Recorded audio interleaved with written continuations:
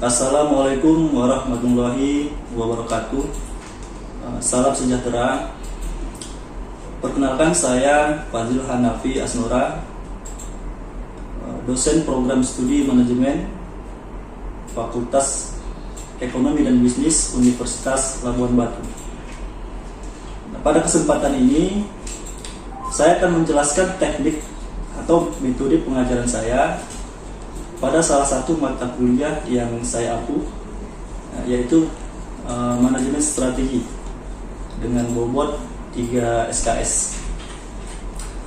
Nah, sebelum saya menjelaskan metode pembelajaran yang saya gunakan, terlebih dahulu saya akan menjelaskan deskripsi mengenai mata kuliah manajemen strategi yang saya ampu.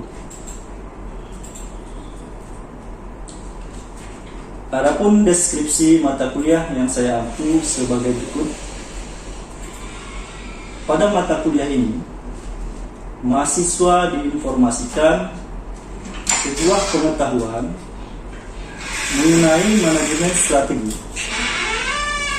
Sebuah perusahaan yang meliputi 3 tahapan utama dari manajemen strategi, yaitu memformulasikan strategi, mengimplementasikan strategi, dan juga mengevaluasi strategi tersebut. Nah, diharapkan dari pemahaman konsep yang meliputi 3 tahapan utama manajemen strategi, mahasiswa dapat mengaplikasikannya pada kondisi perusahaan yang sebenarnya.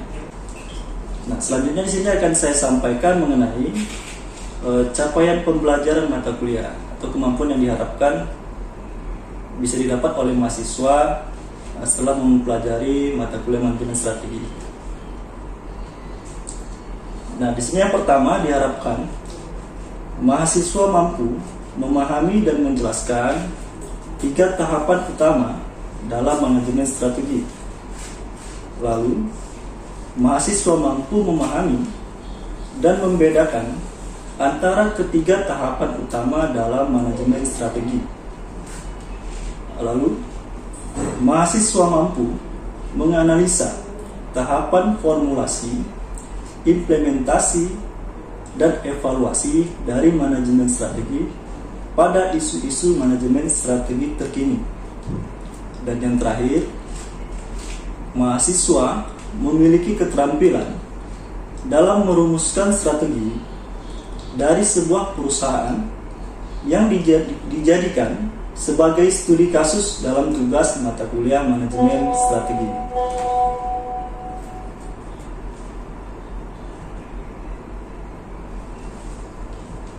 Nah, untuk materi pembelajaran sendiri, di sini akan saya sampaikan mulai dari pertemuan pertama sampai dengan selesainya pertemuan pada perkuliahan. Nah, materi tersebut yang pertama membahas mengenai pengertian manajemen strategi. Lalu, sifat manajemen strategi.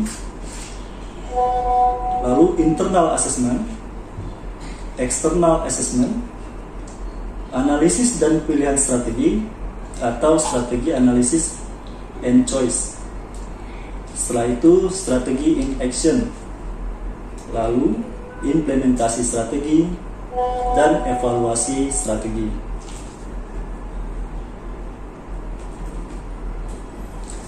Nah, untuk metode pembelajaran yang saya terapkan, saya menerapkan 3 metode pembelajaran. Yang pertama adalah metode ceramah dalam penyampaian materi. Lalu yang kedua, metode tanya jawab atau diskusi. Nah, yang ketiga, metode tugas kelompok.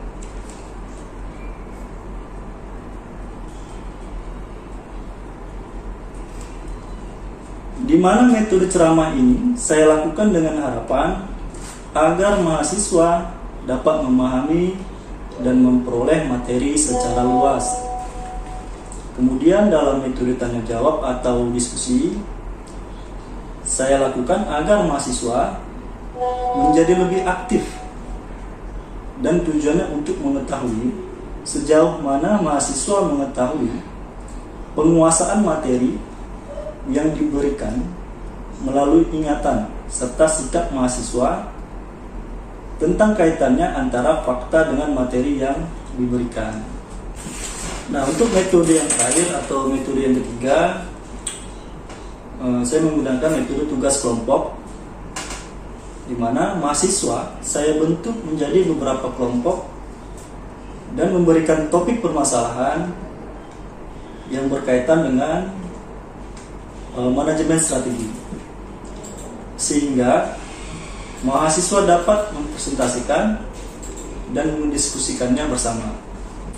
Tujuan dilakukannya metode diskusi kelompok ini yaitu agar mahasiswa dapat lebih percaya diri dalam mengungkapkan suatu pendapat atau pemikirannya dalam mengembangkan pola pikir yang kritis, aktif, dan juga kreatif. Nah, di sini juga akan saya sampaikan mengenai indikator penilaian yang terdiri dari 4 aspek. Nah, itu yang pertama dari kehadiran, lalu ada tugas, lalu ujian tengah semester atau UTS, dan juga yang terakhir ujian akhir semester atau UAS, dengan bobot persentase masing-masing, di mana kehadiran mendapat bobot 20%, tugas mendapat bobot 10%, UTS 30%, dan UAS sebanyak 40%.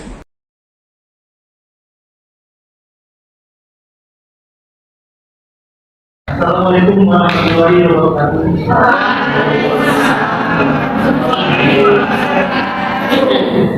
Selamat pagi, siang, salam sejahtera untuk kita semua.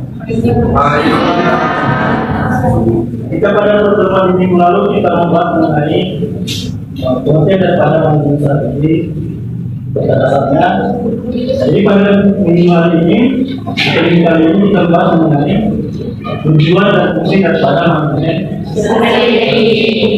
Dan silakan saya bacakan juga. Nanti kita bisa diskusi dari pertanyaan. Silakan bertanya. Jika tidak ada pertanyaan, kita lanjutkan. Lagi kita akan bahas mengenai tujuan dan fungsi daripada manajemen strategi. Manajemen strategi dapat didefinisikan sebagai seni dan pengetahuan dalam merumuskan, mengimplementasikan, serta mengevaluasi keputusan-keputusan yang memampukan organisasi mencapai tujuan. Manajemen strategi berfokus pada proses penetapan tujuan organisasi, pengembangan kebijakan dan perencanaan untuk mencapai sasaran, serta mengalokasikan sumber daya untuk menerapkannya. Kebijakan dan perencanaan mencapai tujuan organisasi. Nah, artinya di sini adalah sebuah organisasi atau sebuah perusahaan harus mampu menetapkan strategi atau merumuskan strategi, baik itu jangka pendek ataupun jangka panjang, untuk mencapai kemajuan daripada perusahaan. Setelah perusahaan menetapkan strategi yang akan dilaksanakan, maka perusahaan juga harus mampu untuk mengimplementasikan. Setelah mengimplementasikannya, masuk ke tahap evaluasi yang diperlukan suatu tindakan ataupun penindakan pada strategi yang sudah diterapkan atau ditetapkan. Kira-kira begitu ya. Lalu kita masuk pada tujuan manajemen strategi. Di sini ada saya paparkan beberapa poin dan akan saya bacakan, akan saya sampaikan. Nah, yang pertama adalah melaksanakan dan mengevaluasi strategi yang dipilih secara efektif dan efisien. Nah, yang kedua adalah mengevaluasi kinerja, meninjau dan mengkaji ulang situasi, serta melakukan berbagai penyesuaian dan koreksi jika terdapat penyimpangan di dalam pelaksanaan strategi. Nah, mengapa perlu dilakukannya evaluasi kinerja? Mengapa perlu dilakukannya evaluasi kinerja? untuk mengukur tercapaian apa yang sudah dijalankan oleh organisasi. Ketika setiap periode itu muncul, maka kita akan dapat lihat apakah strategi yang dijalankan ini berjalan dengan baik atau tidak. Jika terdapat kegagalan atau tidak lancar dalam menjalani strategi ini, maka yang harus evaluasi. Nah, itu yang kedua. Itu paling kedua. Poin yang kedua. Sekarang kita masuk kepada poin yang ketiga. Poin yang ketiga. Senantiasa memperbarui strategi yang dirumuskan agar sesuai dengan perkembangan lingkungan internal pada sebuah perusahaan atau organisasi. Masuk ke poin yang keempat.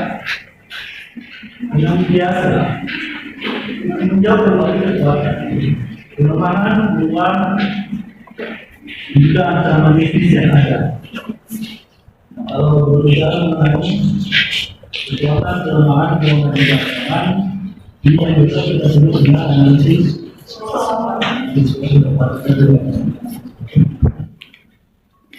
Kalau kekuatan dan kelemahan itu datang dari internal atau dari eksternal, kekuatan dan kelemahan datangnya dari internal. Jadi peluang ancaman datangnya dari eksternal. Itu poin yang ketiga.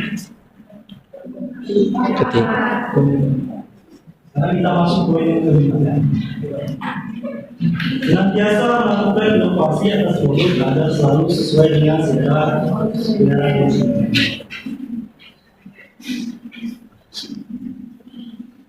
Itu tujuan daripada strategi ada beberapa poin yang disampaikan. Itu bisa lebih dari itu. Tapi saya tampilkan hanya beberapa poin. Lalu kita masuk kepada kunci strategi.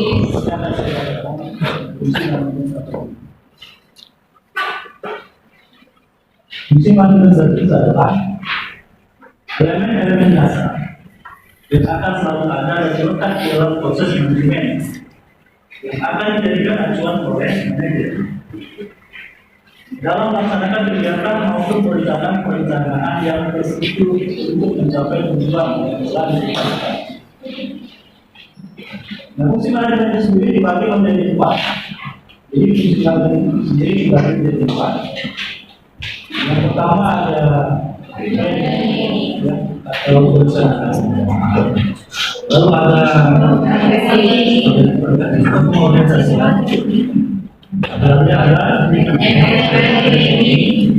Lalu ada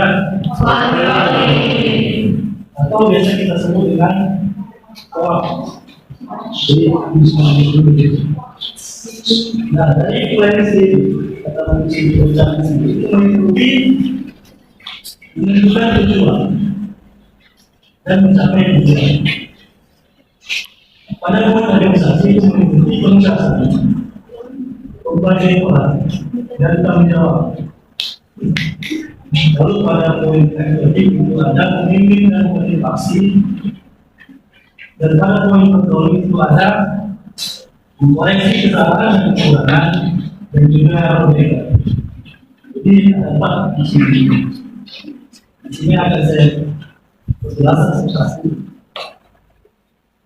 Nah, sampai sini. Jika ada yang ingin ditanyakan, silakan tanya. Jika tidak ada yang bertanya, kita akan mengambil slide berikutnya. Silakan.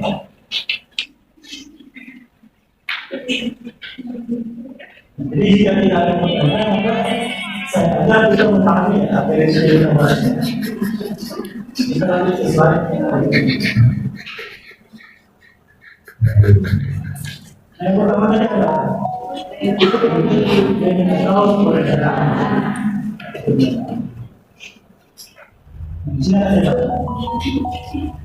Rencana merupakan proses kegiatan ingin memikirkan apa yang akan dikerjakan dengan sumber yang dimiliki dan memberikan prioritas kedepannya agar dapat berjalan sesuai dengan tujuan organisasi tersebut. Itu yang pertama. Lalu yang kedua, ada organisasi atau organisasi merupakan proses penyusunan berbagai perbedaan dalam individu dan fungsi-fungsinya serta menempatkan orang yang memiliki fungsi-fungsi secara tepat. Artinya ini, seorang yang memiliki perusahaan dapat menempatkan sumber daya manusia dengan kebutuhan yang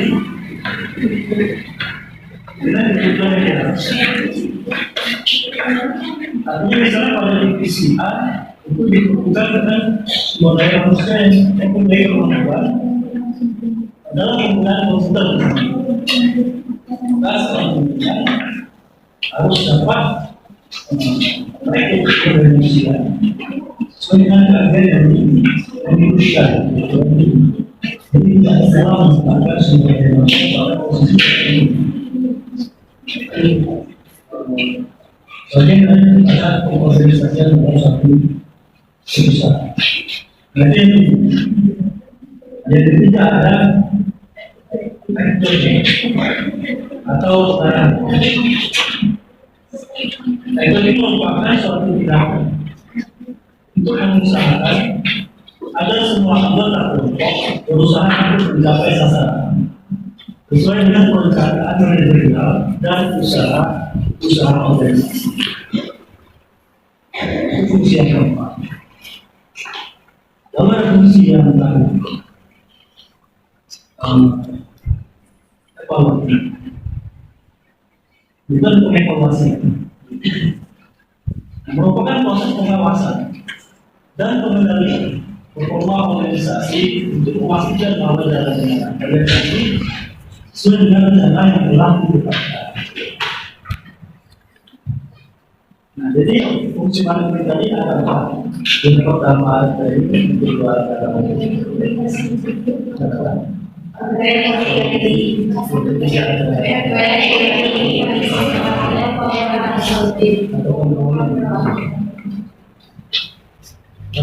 bertanyakan.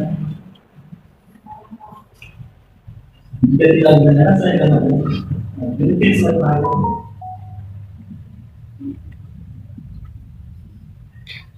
Jadi pada pembahasan kita ini, yang kedua dan fungsi manajemen dapat ditentukan bahwa fungsi organisasi di sini adalah sebagai alat dari manajemen strategis untuk mencapai tujuan.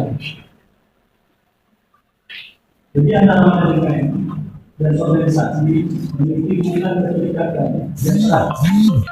Karena untuk memasukkan atau menggunakan fungsi koordinat dan juga manajemen untuk mengkoordinasi. Jadi mungkin pembahasan kita pada ini tidak terlalu banyak, tapi saya harapkan mudah-mudahan apa yang kita bahas ini dapat menjadi pendapat sana pengetahuan kita dapat diserap dan dapat dipahami. Sebelum saya mungkin bicara ini berdiskusi, maka saya minta tolong ada yang bertanya silakan bertanya.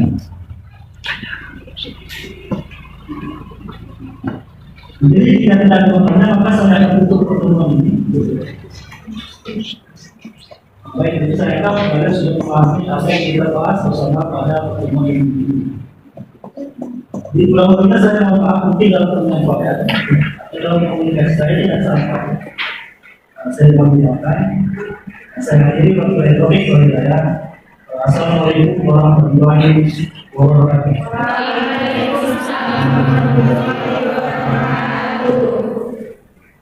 Baik, demikian narasi singkat PDD UKT PT di bidang pengajaran pada mata kuliah manajemen strategi, dan saya akan terus berbenah diri untuk mengembangkan passion saya sebagai pendidik sesuai dengan semangat Merdeka Belajar Kampus Merdeka.